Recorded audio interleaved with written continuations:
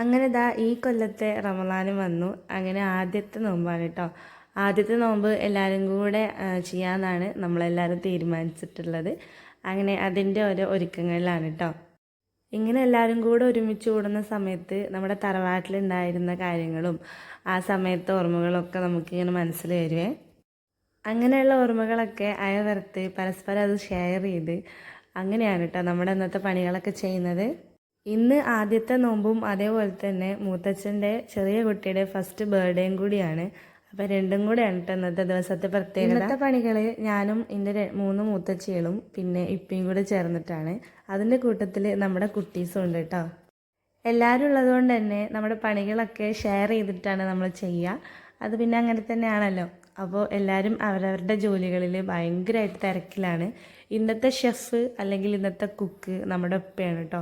കുറേ കാലത്തിന് ശേഷമാണ് ഇപ്പം കുക്ക് ചെയ്യാനായിട്ട് റെഡി ആയിട്ടുള്ളത്. ഞങ്ങളൊക്കെ ഉള്ളതുകൊണ്ട് ഇപ്പോൾ കുറച്ച് കാലങ്ങളായിട്ട് ഞങ്ങളാണ് ആ പരിപാടി ചെയ്തുകൊണ്ടിരിക്കുന്നത്. പക്ഷേ ഇന്നത്തെ ഫുഡ് ഉപ്പാൻ്റെ വകയാണ്. അതുകൊണ്ട് ഞങ്ങൾ ഇൻഗ്രീഡിയൻസ് ഒക്കെ സെറ്റ് ചെയ്ത് കൊടുക്കുന്ന ആ പരിപാടി മാത്രമേ ഉള്ളൂ.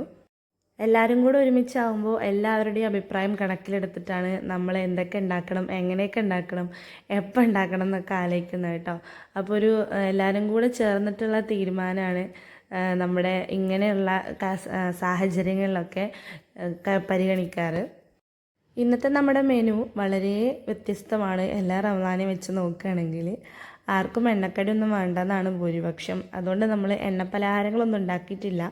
ജ്യൂസും ഒരു ഫ്രൂട്ടും പിന്നെ മെയിനായിട്ട് ബിരിയാണിയാണ് ഫോക്കസ് ചെയ്യുന്നത്. ബിരിയാണി ഉള്ളതുകൊണ്ട് വേറെ ഒന്നും മക്കൾക്ക് ആവശ്യം ഉണ്ടാവില്ല. അതേപോലെ തന്നെ വെറുതെ ഫുഡ് കുറേ ഉണ്ടാക്കി വേസ്റ്റ് ചെയ്യണ്ടല്ലോ എന്ന് കരുതി. അപ്പോൾ ഇന്നത്തെ നമ്മുടെ അടുപ്പ് പുറത്താണ്. അപ്പോൾ എല്ലാവരും അതവിടെ സെറ്റ് ചെയ്യാനുള്ള ഒരു തിരക്കിലാണ് കേട്ടോ. ഇപ്പോഴാണ് അടുപ്പൊക്കെ സെറ്റ് ചെയ്യാൻ വേണ്ടിയിട്ട് നിൽക്കുന്നത്. മക്കളും പിന്നാലുണ്ട്. ഹൈസൂനുണ്ടല്ലോ ഇന്ന് പുറത്തേക്ക് ഇറങ്ങിയ സന്തോഷമാണ്. അപ്പോൾ എല്ലായിടത്തും എത്തുന്നുണ്ട് ആൾ. ഇത് നമ്മുടെ 4 വീട്ടിലേക്കുള്ള നമ്മുടെ കുഴൽക്കിണറിൻ്റെ കണക്ഷനാണ് കേട്ടോ. അപ്പം പേരൊക്കെ എഴുതി നോട്ട് ചെയ്തിട്ടുണ്ട് അവിടെ. ഇവിടെയാണ് കേട്ടോ കുഴൽക്കിണർ സ്ഥിതി ചെയ്യുന്നത്. ഇവിടെ നിന്നാണ് 4 കണക്ഷൻ പോണത്.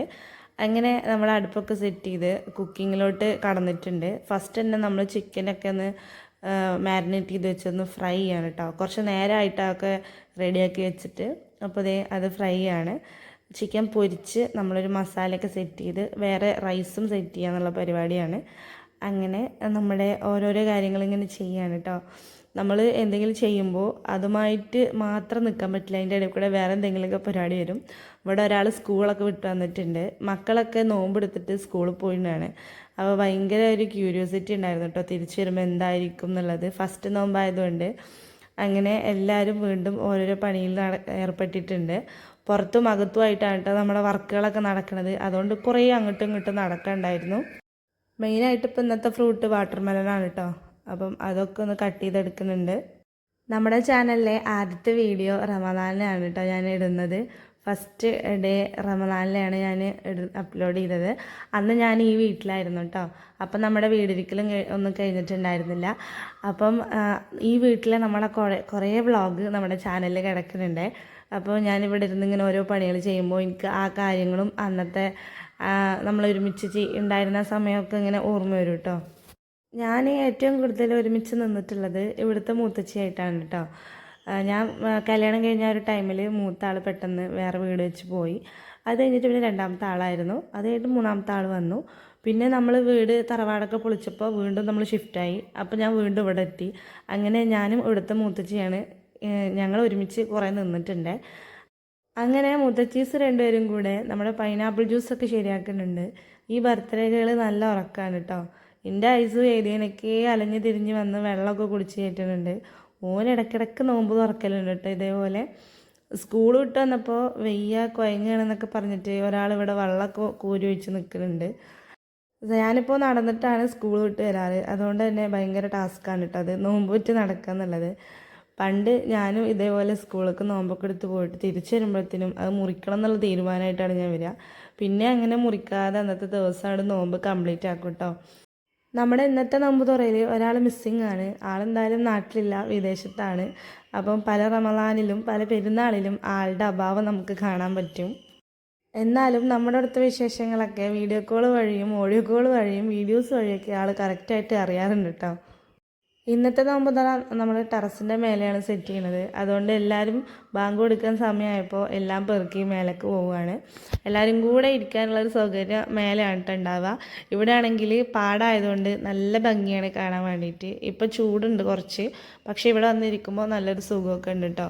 അങ്ങനെ നമ്മൾ കുറച്ച് നേരത്തെ തന്നെ ടെറസിൻ്റെ മേലേക്ക് പാഞ്ഞിട്ടുണ്ടായിരുന്നു.